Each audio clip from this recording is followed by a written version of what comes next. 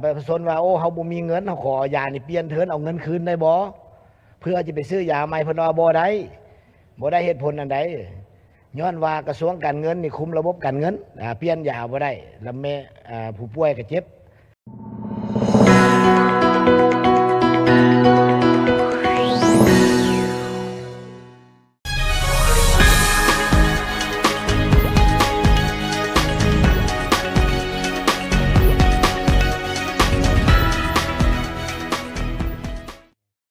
สบายดีทุกๆคนสบายดีทุกท่านที่กำลังติดตามรับฟังและรับชมในสองข่าวสดของพวกเรามื้อนี้แอดก็มีคลิปจะมาเสนอให้รับชมและรับฟังน้ำกันโรงหมอขาดยาบ่มียาพินปัวคนเจ็บจากการรายงานจากหน่วยงานที่เกี่ยวข้องได้รายงานว่ากระทรวงและแผนกได้ติดหนี้กับบริษัทที่ผลิตยาบ่มีเงินใช้หนี้ซื้อยานำบริษัทและทางบริษัทก็บ่อนุมัติให้เซ็นเอายาอีกเพราะว่ายังค้างค่าหนี้เก่ายังบ่ทันจ่ายหลายๆโรงหมอบ่ว่าจะเป็นโรงหมอเมืองโรงหมอแขวงมักจะเขียนบิลให้ผู้ป่วยหรือประชาชนที่เข้าไปกวดในโรงหมอที่จะรักษามักเขียนบิลให้ไปซื้อ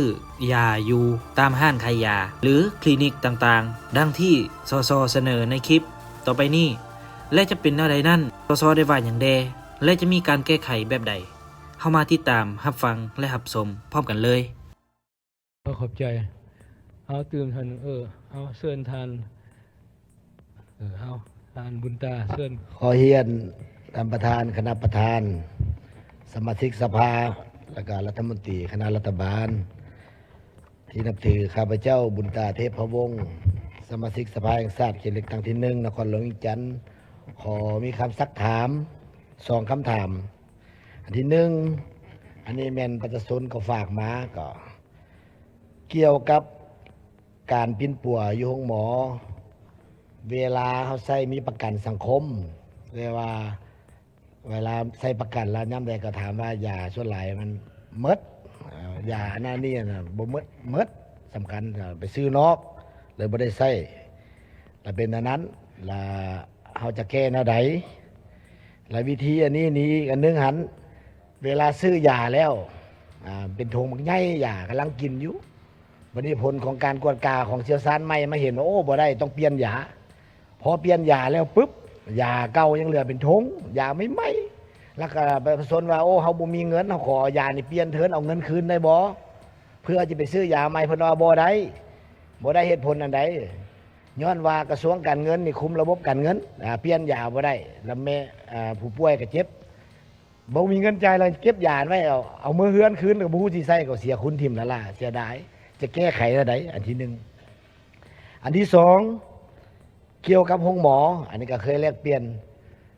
อันนี้ตัวอย่างเนาะเมื่อก่อนก็มีหลายท่านหมอที่เป็นเชี่ยวชาญใหญ่เคยผ่าตัดทางนั้นเป็นอำนวยการใหญ่ห้องหมอเป็นอำนวยการใหญ่ห้องหมอทั้งเป็นเชี่ยวชาญผ่าตัดบัดนี้ทั้งมานั่งห้องการปุ๊บอ่านเรียกงานสรุปเลขาหน่วยพักแข็งคุณภาพรอบด้านสมัยนั้นแล้วก็อ่านบทสรุปอ่านอันนั้นนี่เอตาเงินเดือนหลายอย่างแล้วก็ไปผ่าตัดอีกแล่นไปแล่นมาสับสนบัดนี้เอาไปมาวางมาตีพญาติกับสิสับสนเนาะระหว่างบทสรุปอันนั้นอันนี้บัดนี้เขาไม่เห็นประเทศเพื่อนบ้านจำนวนหนึ่งเขาเจ้าเฮ็ด2หัวห้องหมอเขาเจ้าเฮ็ดอำนวยการฝ่ายรัฐมันบริหารเฉพาะการห้องหมอเรื่องระบบการนั้นต่างๆแต่ฝ่ายเชี่ยวชาญคุ้มครองเชี่ยวชาญในหมอปิ้นปัวเท่านั้นของระบบแล้วเขาจะมีวิธีอะไรหันไปสู่สากลนั่นนี่หรือว่าเขาจะเฮ็ดนั่นนี่ต่อไปขอถามนั้นขอขอบใจข้าพเจ้าชื่อสีคำบุญมิสัยสมาชิกสภาแห่งชาติเขต8ขอทำรัฐมนตรีเนาะทางการติดตามกวดกาตัวจริงในปัจจุบันนี้ของเขตเวียงงานสถานแถวนี้ห้องหมอแขวงห้องหมอเมืองและสุขศาลานี่เริ่มบ่มียาปัวพยาธินอนห้องหมอก็นอนพอได้นอนแต่ว่ายาได้ซื้อทั้งนอกแต่ว่าเหตุผลตามการรายงานของภาคส่วนเกี่ยวข้องเนี่ยว่าเนื่องมาจากว่าเฮาได้ติดหนี้กับบริษัทบ่มีเงินใช้หนี้แล้วเพิ่นก็บ่ให้ยืมต่อกับปัญหาตัวนี้อันเข้มข้นในปัจจุบันนี้สภาพเป็นอันนี้รัฐ วิธีในแก้เนาะเพื่อให้มียาบริการปิ้นปัวให้สังคมขอขอบใจท่านประธาน เอาท่านอื่นเอาเชิญเด้เขต16เอาเชิญเด้ เจ้าขอบใจท่านประธานก่อนอื่นเขาเฮียนท่านประธาน คณะประธานที่เคารพบรรดาทานแขกผู้แทนท่านยิ่งท่านชายที่นับถือข้าพเจ้าชื่อให้มณีวงศ์นอกแก้วสมาชิกสภาประจำเขตเลือกตั้งที่16แขวงเชียงกงขออนุญาตถามท่านรัฐมนตรีเกี่ยวกับการจัดตั้งปฏิบัติแจงการของกระทรวงสาธารณสุขฉบับเลขที่824ทับโซทลงวันที่28สิงหา2024นี้ฉะนั้นอยู่ห้องหมอเสกองปัจจุบันกำลังจัดตั้งปฏิบัติต่อประชาชนผู้ที่เขาบริการปิ้นปัวอยู่ห้องหมอนี้และอยู่ในนั้นหันเพิ่นจะว่าผู้มีเงื่อนไขหรือบ่มีเงื่อนไขเขาบริการปิ้นปัวอยู่ห้องหมอนั้นเนาะและอยู่ในหันประชาชนก็เสนอว่าผู้เขาห้องหมอปึ๊บแม่นต้องได้เสียเงินก่อน400,000 กีบหรือว่าผู้ทุกข์ยากหรือผู้มีก็ต้องได้เสียสำนั้นแล้วบ่ทันได้เว้าว่าเรื่องยุกยาเนาะว่าแต่ว่าการเข้าห้องหมอปึ๊บมันต้องได้ปฏิบัติได้เสียพันธะหรือว่าเสียอันนั้นนะถ้าอันนั้นลงอันนี้ก่อนเนาะและจุดที่2นี้อยากว่าอยากถามว่าแจ้งการฉบับนี้จะนำใส่ระยะยาวบ่หรือระยะสั้นฉะนั้นตามทัศนะของข้าพเจ้านี่คิดว่าถ้าใส่ระยะยาวมันอยากให้เฮ็ดเป็นนิติกรรมเฉพาะแล้วก็อยากให้มันละเอียดตื้มฉะนั้นอยากเสนอให้ท่านรัฐมนตรีอธิบายให้เพื่อให้ประชาชนเข้าใจแจ้งตื้มขอขอบใจท่านประธานขอบใจเอาเชิญท่านอื่นเอาเชิญท่านผู้แทนเขต8เชิญเด้เอาท่านเชิญท่านเอาเชิญท่านผู้แทนเขต13เอาเชิญเด้ ขอเรียนท่านประธานท่านรัฐมนตรีบรรดาท่านที่ฮักแพงและนับถือข้าพเจ้าพรสันวิไลเม่งสมาชิกสภาแห่งชาติเขตเลือกตั้งที่13แขวงสะวรรณเขตขอมีคำถามต่อท่านรัฐมนตรีกระทรวงสาธารณสุขอันที่1นี่เกี่ยวกับการหันโรงหมอศูนย์กลางกลุ่มตนเองนี่มีผลกระทบหรือว่าด้านดีและด้านอ่อนแนวใดเพื่อข้าพเจ้าคิดว่ามันสิสร้างภาระให้แก่ประชาชนเพิ่มการใช้จ่ายสูงขึ้นหรือว่ามีกลไกวิธีการคุ้มครองในใดอันนี้ที่หนึ่ง2มานี่ต่อกับปัญหาจรรยาบรรณของแพทย์หมออันนี้ประชาชนก็ยังส่งข่าวหลายต่อกับการบริการของแพทย์หมอมีหลายบ่อนที่เห็นว่ามีบางคนนี่ถือว่ายังบ่ทันได้ให้การเอาใจใส่ในการบริการรักษาจรรยาบรรณเฮ็ดให้มีความอบอุ่นอบเอื้ออารีตามที่โรงหมอที่ได้กำหนดไว้อันนี้เสนอให้ทางกระทรวงสาธารณสุขเบิ่งการศึกษาเพิ่มเติมบ่ภายนอกปัญหาที่3นี่ต่อกับปัญหาคลินิกที่ศัลยกรรมบ่ต่างๆนี่อันนี้นี่มันถูกต้องตามกฎหมายบ่หรือว่าอันนั้นได้เนาะเพราะว่าผ่านการติดตามเบิ่งนี่ปัญหาการศัลยกรรมเสริมความงามอันนี้อันนั้นนี่หลายบ่อนนี่ได้ส่งผลกระทบถึงทางกายและจิตใจฉะนั้นต่อกับการคุ้มครองของกระทรวงสาธารณสุขต่อกับการปัญหาศัลยกรรมคลินิกต่างๆนี่สิเฮ็ดแนวใดอันนี้นะมี3ฐานขอขอบใจท่านประธานคือสิได้เนาะครับพระเจ้าให้ผู้สุดท้ายซะท่านนางเกตมื้อนี้เอาเชิญเด้เจ้าขอขอบใจท่านประธานขอเฮียนท่านประธานท่านรัฐมนตรีข้าพเจ้าอยากมีคำถามอยู่2ข้อ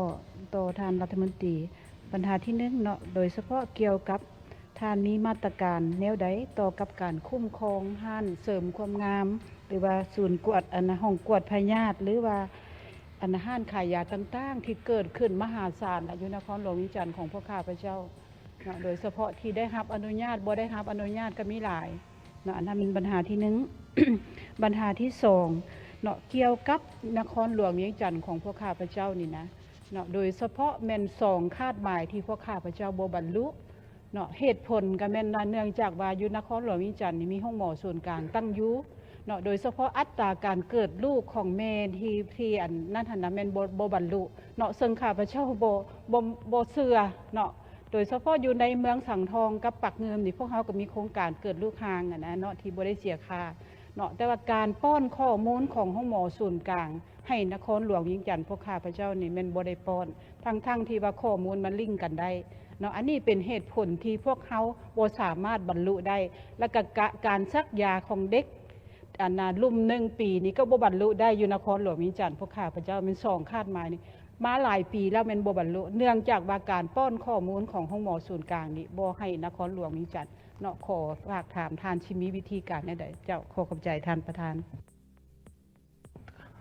ข้าพเจ้ามี2คำถามที่ 1การทางกระทรวงสาธารณสุขจะมีมาตรการตัวจริงได้ในการเกี่ยมหันเป็นพลากรอยู่ใน3ห้องหมอใหญ่ตามข้าพเจ้าหูนั้นมีความพร้อมในใดแน่อันนี้เป็นมติของพรรคว่ามันเกือบโดนสมควรแล้ว5-6 ปีแล้วเลยมีความพร้อมสันใดบ่นั่นนี่อันที่2เห็นว่าอยากถามว่าทางกระทรวงสาธารณสุขได้สมทบกับกรมการค้านี้ในการกวดกาคุณภาพอาหารนำเข้านี่แน่ตามข้าพเจ้าฮู้ว่าบรรดาประเทศใกล้เคียงนี่ส่งอาหารที่มันเกินกำหนดแล้วเสียคุณแล้วไม่พอเฮานี่หลายสมควรกระทรวงสาธารณสุขกับกระทรวงการค้าสิมาตรการตัวจริงในด้านการ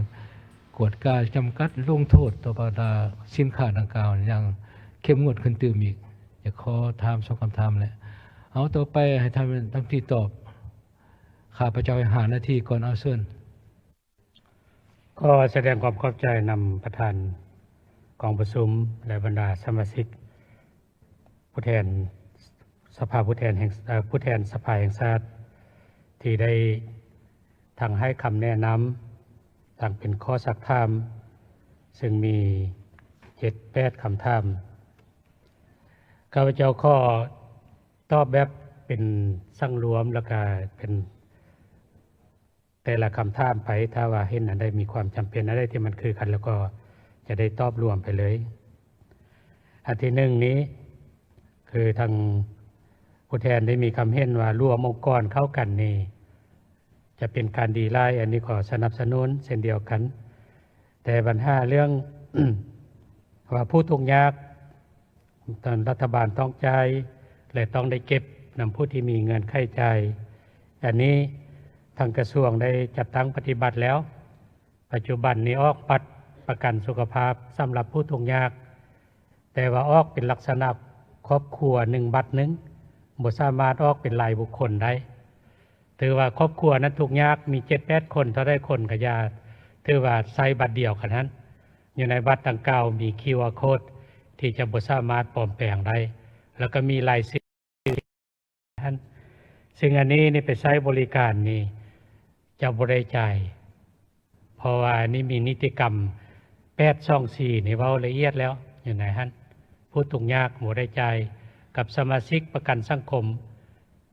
ที่อันได้ระบบประกันสุขภาพปกคลุมมาแล้วแม่นบ่ได้จ่ายอันนี้มีอยู่ในให้แล้วก็ข้อให้บรรดาผู้แทนสภาพวกเราช่วยในการอธิบายชี้แจงให้แก่ประชาชนเข้าใจแน่นอนว่าผู้แทนที่ได้ยกขึ้นว่าการจัดตั้งปฏิบัติแจ้งการ824นี้ไปแล้วแม่นได้จ่าย400,000ก่อนกับ400,000กีบก่อนนี่นิติกรรมของกระทรวงนี่บ่มีฉะนั้นหงหม้อบ่ได้จัดตั้งปฏิบัติแบบนั้นแม่นให้หยุดเท่านั้นเพราะว่ามันบ่มีนิติกรรมเอาไปเฮ็ดเอาเองก็บ่ได้อันนั้นน่ะเนาะแล้วบ่รายงานมานี่ก็บ่ฮู้แท้ได้กระทรวงน่ะเอาไปเฮ็ดได้อันนี้ก็ดีแล้วทางสภาส่องแซงให้สมาชิกสภาได้ส่องแซงให้ฮู้คือนั้นโดยเฉพาะมันอยู่แขวงเสกองบัดนี้สำหรับเอกชนที่เกิดขึ้นไล่นี้ ระหว่างภาคเอกชนกับประกันสุขภาพนี่จะสมทบกันได้เพื่อให้การบริการเป็นทางเลือกหนึ่งแต่พวกเราก็เห็นว่าย้อนว่ากองทุนพวกเรายังมีอันจำกัดหลายผ่านมานี้ได้เฮ็ดแต่บ่อนเดียวโรงหมอเอกชนอยู่แขวงอุดมไสหั่นเพราะว่าสมาชิกประกันสังคมนี่แม่นบ่อยากมานครหลวงเวียงจันทน์มันไกลทางเหนือสุดเนาะทางภาคเหนือสุดแล้วก็มาโรงหมอเอกชนอยู่แขวงอุดมไสหั่นอันได้แก่ใดอยู่หั่นโดยเฉพาะก็แม่นมาโรงหมอแขวงอุดมไสหั่นก่อนกันว่าอยู่หั่นแก่บ่ได้ก็แม่นโรงหมอเอกชนกันว่าเอกชนก็แก่บ่ได้จึงมาฮอดนครหลวงแล้วก็ค่าบริการโรงหมอเอกชนอยู่แขวงอุดมไสก็บ่สูงหลายกันถ้าเทียบใส่บ่อนอื่นแล้วพวกเราก็มีนิติกรรมมีสัญญาร่วมกันแต่ปฏิบัติผ่านมานี้ทางของหมอดังกล่าวก็ได้ผ่อนสั้นผ่อนยาวสำหรับผู้ที่บ่มีเงินไขจ่ายหรือผู้ทุกข์ยากก็เจ้าก็ได้ให้การบริการปิ่นปัวโดยที่บ่ได้จ่ายดังนั้นจึงว่าบ่สามารถจัดตั้งปฏิบัติร่วมกับบรรดาของหมอเอกชนหลายแห่งในหลายแขวงใดเทื่อปัจจุบันแต่ในอนาคตเป็นไปได้หมดพื้นฐานการเจรจาเซ็นสัญญาร่วมกันแล้วก็ปัญหาที่ยกขึ้นว่าพนักงานแพทย์หมอของพวกเราช่วยใช้อยู่ในหน้าที่ตำแหน่งนี่อันนี้ลีกเลี่ยงบ่ได้แล้วเพราะว่าทางด้านกฎหมายเฮาได้อนุญาตให้แต่ว่าการคุ้มครองการจัดตั้งปฏิบัตินี่ค่อนข้างยากปัจจุบันนี้พวกเรามีกฎหมายปิ่นปัวมีดำรัสว่าด้วยของหมอเอกชนแล้วก็มีข้อตกลงว่าด้วยห้องกวดพยาธิเอกชนซึ่งแม่นพนักงานที่ยังประจำการทั้งหมดที่กำลังดำเนินธุรกิจแบบครอบครัวของตนคนเจ็บมากวดอยู่โรงหมอของรัฐบางเทื่อก็ได้กลับคืนไปกวดอยู่คลินิกเอกชนแล้วก็กลับคืนมาเอาตัวอย่างมากวดอยู่โรงหมอของรัฐอันได้ที่คลินิกบ่ทันมีสุดท้ายก็แม่นโรงหมอแม่นคลินิกเอกชนนั้นเป็นผู้เบิกจ่ายยาให้คนเจ็บแล้วก็ได้จ่ายให้ทางคลินิกซึ่งว่านี่เป็นอันยุ่งยากหลายที่ว่าพวกเราจะหั่นโรงหมอเป็นเจ้าตนเองแล้วติดพันกับการเปิดกว้างให้ทางภาคเอกชนโดยเฉพาะเป็นผู้ยังประจำการอยู่นี่เปิดคลินิกส่วนตัวหรือว่าร้านขายยาอะไรอื่นจะยุ่งยากหลายประเทศอื่นนี่มันบ่ให้เฮ็ดเด็ดขาดอยู่ประเทศรอบข้างเฮานี่บ่มีจักประเทศที่ให้เฮ็ดอันนั้นฉะนั้นการหั่นโรงหมอเป็นเจ้าตนเองเนี่ยมันมีผู้ญาติเอาแต่เอิ้นว่าคนเจ็บเนาะไปบริการอยู่บ่อนตนเองนั้นมันก็เฮ็ดให้โรงหมอนี่ขาดรายรับแต่ว่ากงกันข้ามเด้ผัดได้กวดบงมาตีพยาธิอยู่ในโรงหมอให้ก่อนเด้ย้อนคลินิกบ่ทันมีเงินไขครบถ้วนอันนี้ข้าพเจ้าก็เสนอแล้วว่าพวกเขาจะเฮ็ดได้บ่กฎหมายมันก็มีนี่สิเปลี่ยนได้บ่คำว่าปฏิรูปนี่ก็ยังค้นคว้ากันอยู่แต่ว่ามีผลกระทบทางด้านบวกด้านลบอันนี้นะฉะนั้นก็พยายามว่าหั่นโรงหมอกลุ่มตนเองนี่มีแต่ว่าเข้มงวดเรื่องเวลาเฮ็ดเวียก 8:00 น 4:00 นแล้วก็เข้มงวดเวลาพนักงานหมอโรงหมอแล้วคันผู้ใดออกไปนอกในระยะโมงการนี่ก็ต้องได้กวดต้องได้กากันเท่านั้นแหละอันกระท่ามอยู่ว่าหัวพวกเจ้ามีจังหัวมันละมีไล่ประตูออกเนาะหัวหั่นน่ะ4ด้านนั่นน่ะดังนั้นนี่ก็คันบ่เข้มงวดนำกันแต่ก็แน่นอนว่าโรงหมอก็การที่หั่นไปสู่กลุ่มตนเองนี่ก็มีความยุ่งยากอันนี้เป็นสิ่งท้าทายให้แก่คณะอำนวยการโรงหมอส่วนว่า824นี้ ไปร่างปรับปรุงกฎหมายว่าด้วยการประกันสุขภาพแล้วพวกเราจะได้ปรับปรุงดำรัสตนา4670467มาแล้ว เพื่อเสนอให้ทางรัฐบาลพิจารณาใหม่เพื่อให้มันสอดคล้องกับกฎหมายที่จะปรับปรุงใหม่นี้ปัจจุบันนี้ห้างดำรัสดังกล่าวที่ได้นำใช้มาหลายปีก็ได้มีการปรับปรุงแต่ว่ายังรอท่าแต่ว่ากฎหมายอนุมัติเพื่อบ่ให้ดำรัสนั้นมันขัดกับกฎหมายกันสิออกก่อนมันก็ยังสิขัดกับกฎหมายอยู่สำหรับการคาดแคลนยาอยู่ในโรงหมอขั้นต่างๆนี่แม่นพวมเร่งแก้ไขอันที่1แม่นให้แขวงหันจัดซื้อเอาเองละปี2025นี่นะทุกแขวงจัดซื้อเอาเอง ห้าของหม้อศูนย์กลางนี่ก็จัดซื้อเอาเอง ผ่านมานี่มาจัดซื้อรวมศูนย์อยู่บนเดียวอยู่กระทรวงนี้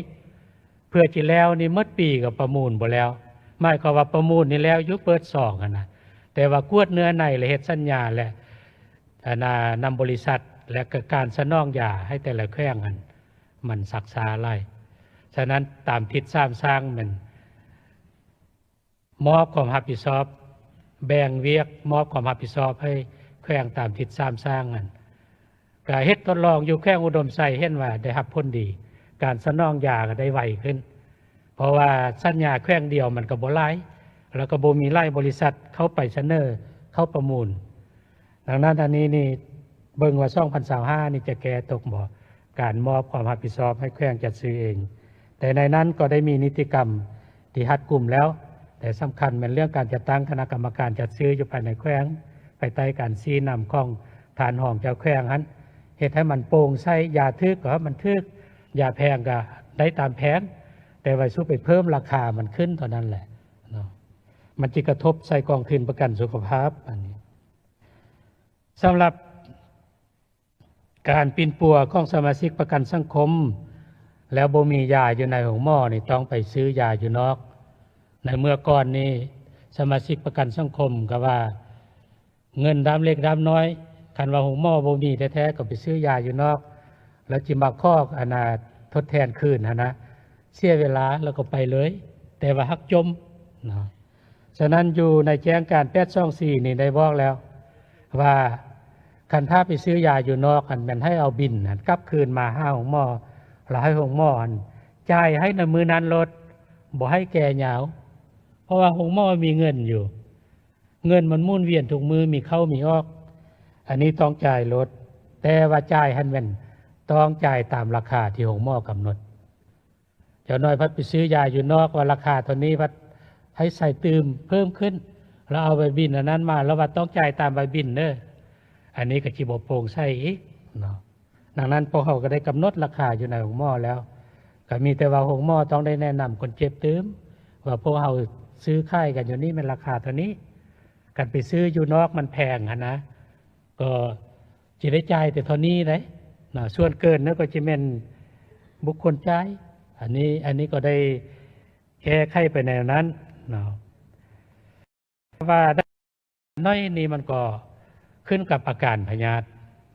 หนึ่งก็แม่นว่าแพทย์หมอเขาบ่งมติพยาธินี่ชัดเจนบ่ได้กวดคักแน่กวดละเอียดบ่คันว่าบ่สามารถบ่งมติได้มีแต่ให้ยาไปตามอาการนี่จะได้ไล่แนวแท้ได้แต่ว่าบัดไปกินแล้วมันบ่ดีเพราะว่ามันบ่แม่นปัวตัวสาเหตุมันเด้ปัวอาการกลับคืนมาหาแพทย์หมอบัดนี้อันนี้ก็ยังบ่ทันมีข้อมูลว่ามาหาผู้เก่าหรือผู้ใหม่คันมาหาผู้ใหม่ก็สิได้เอายาแนวใหม่ให้อีกเพราะอาการกวดบ่งมติมันก็บ่คือกันดีแท้กลับคืนไปหาผู้เก่าอันเนาะเพราะว่ามีหยังก็สามารถเจรจาได้ว่ายาเก่านี่ข้อส่งคืนซะกันบ่ได้ใส่เพราะว่าเพิ่นก็ยังสามารถใช้ต่อได้อยู่เด้กันว่าส่งคืนคือสิเพียงพอหรือเวลาเนาะยังคำถามจำนวนหนึ่งนี้ จะไม่ขอจอนเข้าสารเนาะ